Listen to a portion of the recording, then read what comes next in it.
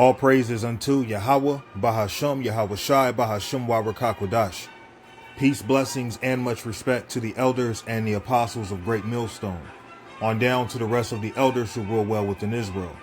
Salutations to the hopeful elect throughout the four corners of this whole entire earth, no matter where, whom they may be, or what they may look like, pushing out this purified truth.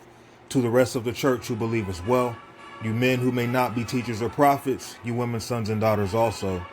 And the water to Yahweh Shai, because without him enduring and going to that cross for the nation of Israel and the nation of Israel alone, none of this would even be possible whatsoever. Now I have Proverbs 17 and 15 to start this lesson.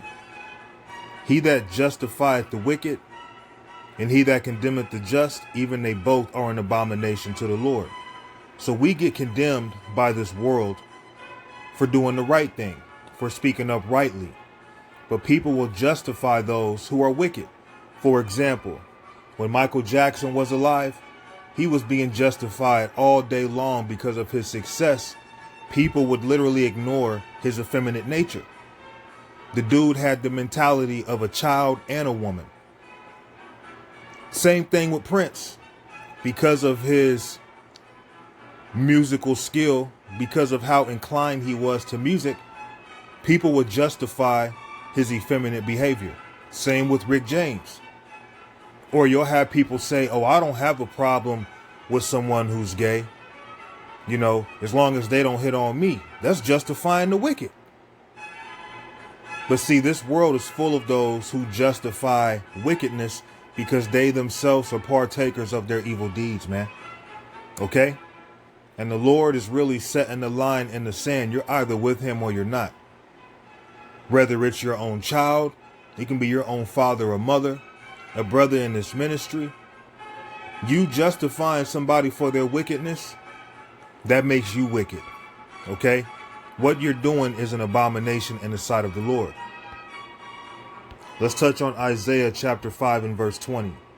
Woe unto them that call evil good and good evil, that put darkness for light and light for darkness, that put bitter for sweet and sweet for bitter. So the Lord is looking for men who are straight up. Right is right. Wrong is wrong. There is no respecter of persons. Okay? But you have a lot of our people justifying the wicked. Okay? Woe unto people like that.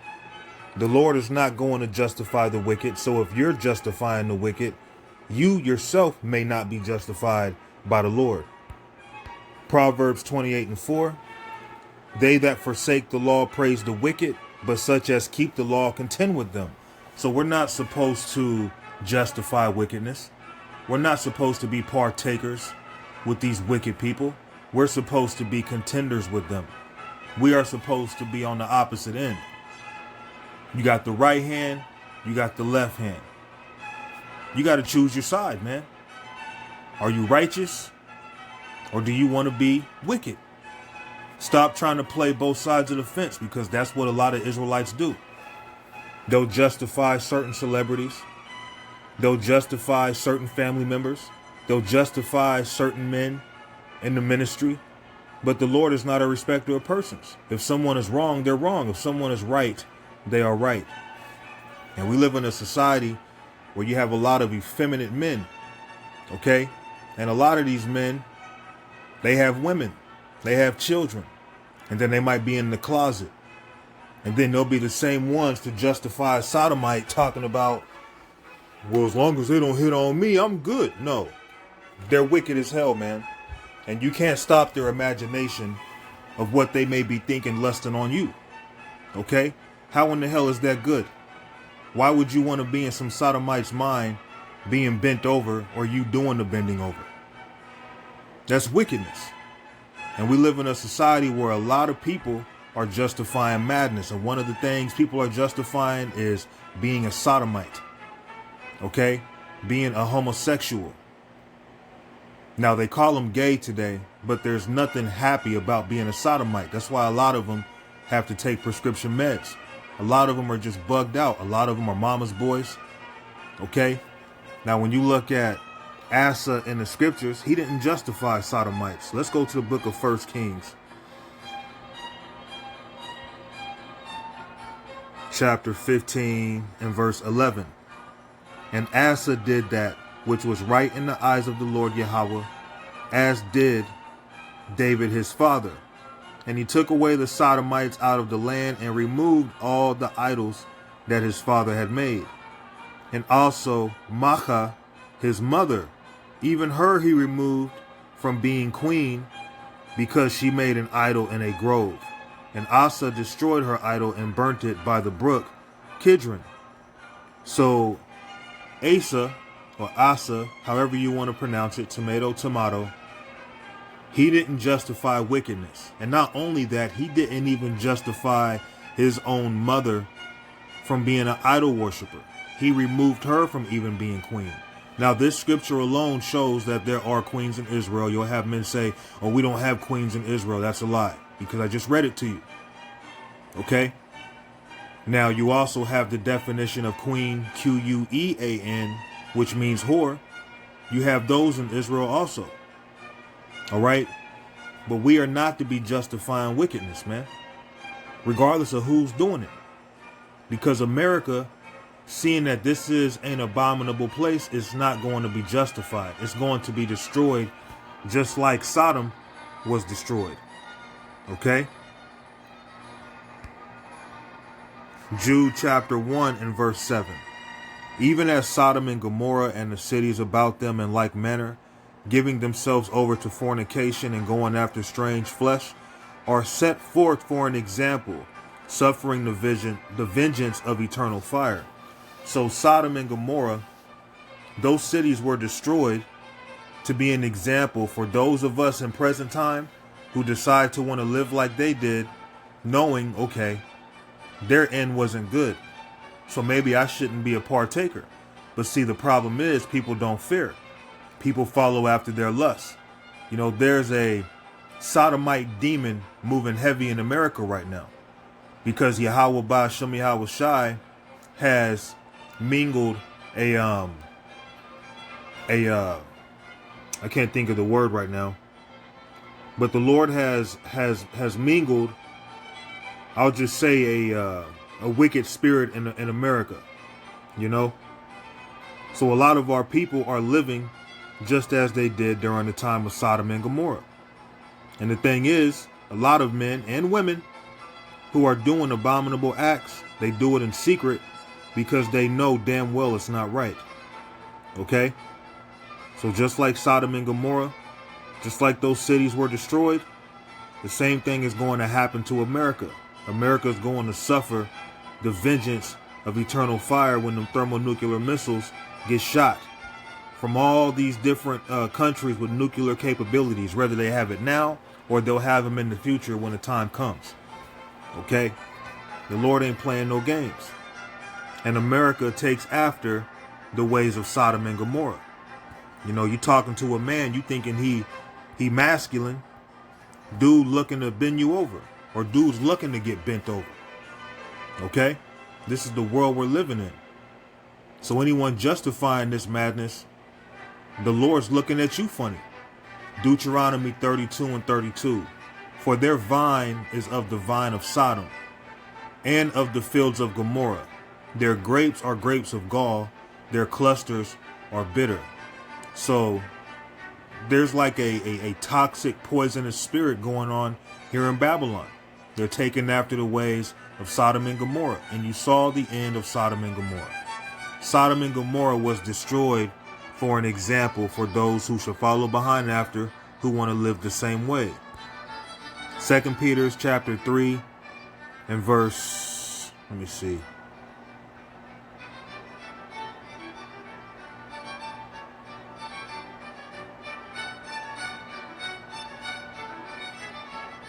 Second Peter chapter 3, I'll just read 6. Whereby the world that then was, being overflowed with water, perished, but the heavens and the earth, which are now by the same word are kept in store, reserved unto fire against the day of judgment and perdition of ungodly men. So America has fire coming to it. America is reserved for a fiery judgment for taking after the ways of Sodom and Gomorrah. Okay? So as an example, of how not to live, that's what was being shown in that example of the destruction of Sodom and Gomorrah. How you should not be. Okay? Verse 10, but the day of the Lord will come as a thief in the night. So people are going to keep remaining in their wickedness. You're going to have men freaking off with each other, women freaking off with each other, people freaking off in orgies. Okay? Women getting trains ran on them. You have a lot of satanic and dark things happening here in Babylon, and people are doing it with no shame. Okay? But the day of the Lord will come as a thief in the night, in the which the heavens shall pass away with a great noise. And that great noise is going to be caused by the missiles and them laser beams zapping this place. And the elements shall melt with fervent heat. The earth also and the works that are therein shall be burned up. And that's not speaking of all the earth, just certain parts of the earth, and in particular, Babylon the Great, America. Seeing then that all these things shall be dissolved, what manner of persons ought you to be in all holy conversation and godliness, looking for and hasting unto the coming of the day of the power, wherein the heavens being on fire shall be dissolved, and the elements shall melt with fervent heat, just like going back to Sodom and Gomorrah. Okay? Seeing that America takes after the ways of wicked countries before, she's going to have the same type of destruction, but far worse, because this is going to be that last final example of why you shouldn't live wickedly and boastfully and abominably against the Lord. Okay? America is going to be destroyed, and all those who justify the madness going on in America, you're going to be destroyed right along with her. Isaiah 24:10. The city of confusion is broken down. And that's what the word Babylon means. Babylon means confusion, or Babel. Okay? The city of confusion is broken down. Every house is shut up that no man may come in. So the city of confusion is being broken down. America is being broken down. And you know that this is the city of confusion because there are men who dress up as women, and you wouldn't know unless someone told you. Okay? You have men walking the streets, not even trying to be a tranny, but they have long hair, and from behind they look like a woman. Then they turn around and you be like, damn, that's a man. That's a whole man. You have women wearing man attire, being tomboys, being butch dykes. You be like, damn, I thought you was a man.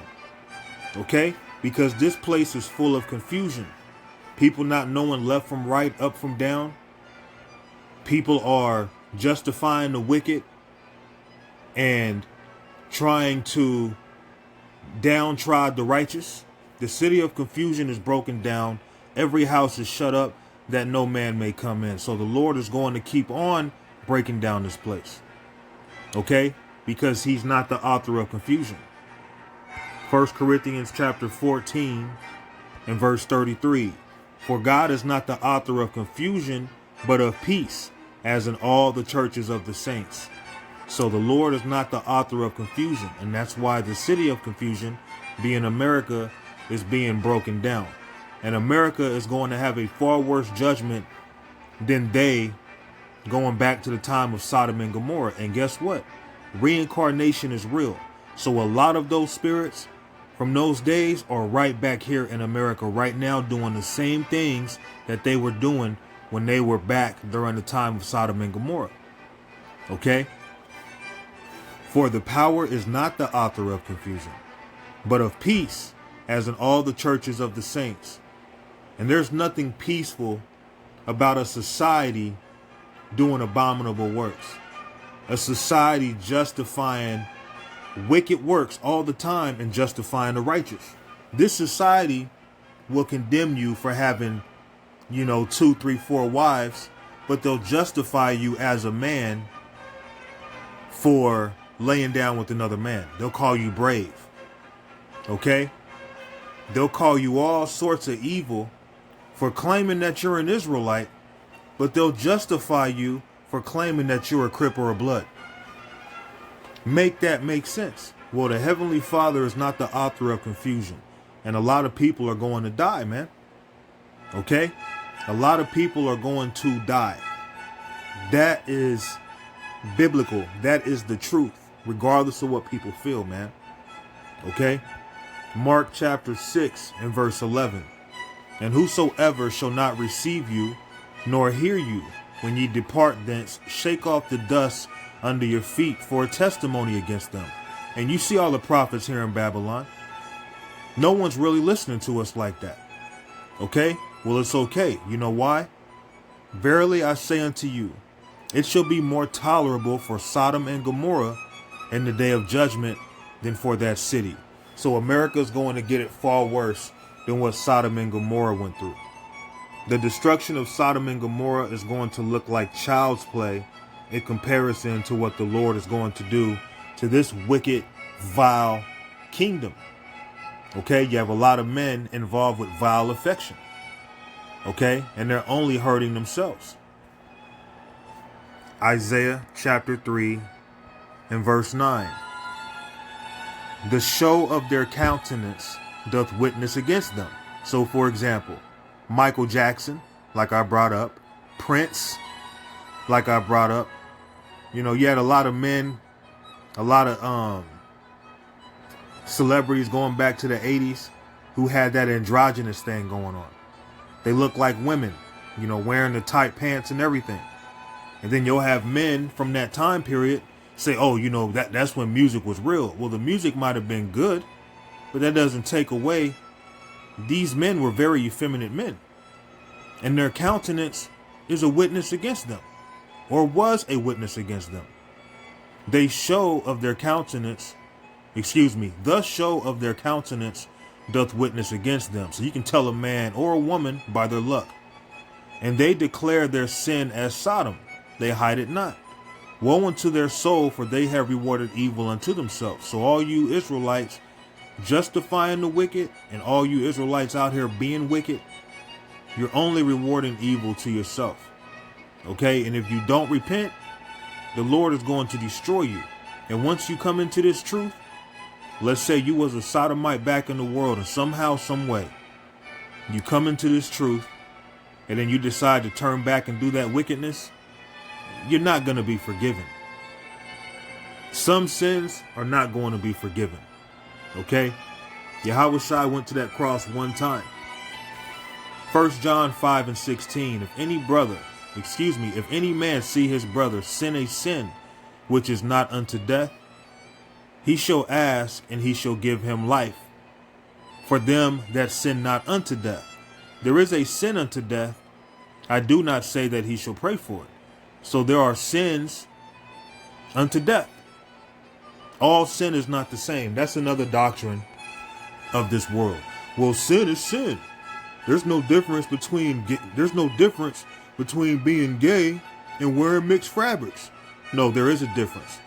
There are sins that you can pray for, and there are sins that you should not pray for because the result of it is death. Typically, in the ancient world, if you were caught committing adultery, you'd get put to death. You wouldn't even be alive. Okay? Getting caught in the act of being a sodomite, you would get put to death. You wouldn't even be repentant. Okay? And even if you were repentant, you still get your ass stoned to death. Okay? Well, seeing that we have Yahushua has died for the sins of the elect. If there are elect out there who have happened to be partakers in that lifestyle, they are going to shake that demon. Okay? But going back and doing something like that, it's over for you. It's a wrap. Because it's already a sin worthy of death. But then you want to use Yahushua as an excuse to be wicked. No, it don't work like that, man. Okay? So a lot of you Israelites, you better get your act together, man. Justifying the wicked and then condemning the just, the Lord is going to get y'all, man. So with that, I'm going to give all praises unto Yahweh, Ba'ashem Yahushai, Ba'ashem Wa Rakakwadash. I'm out. Shalom.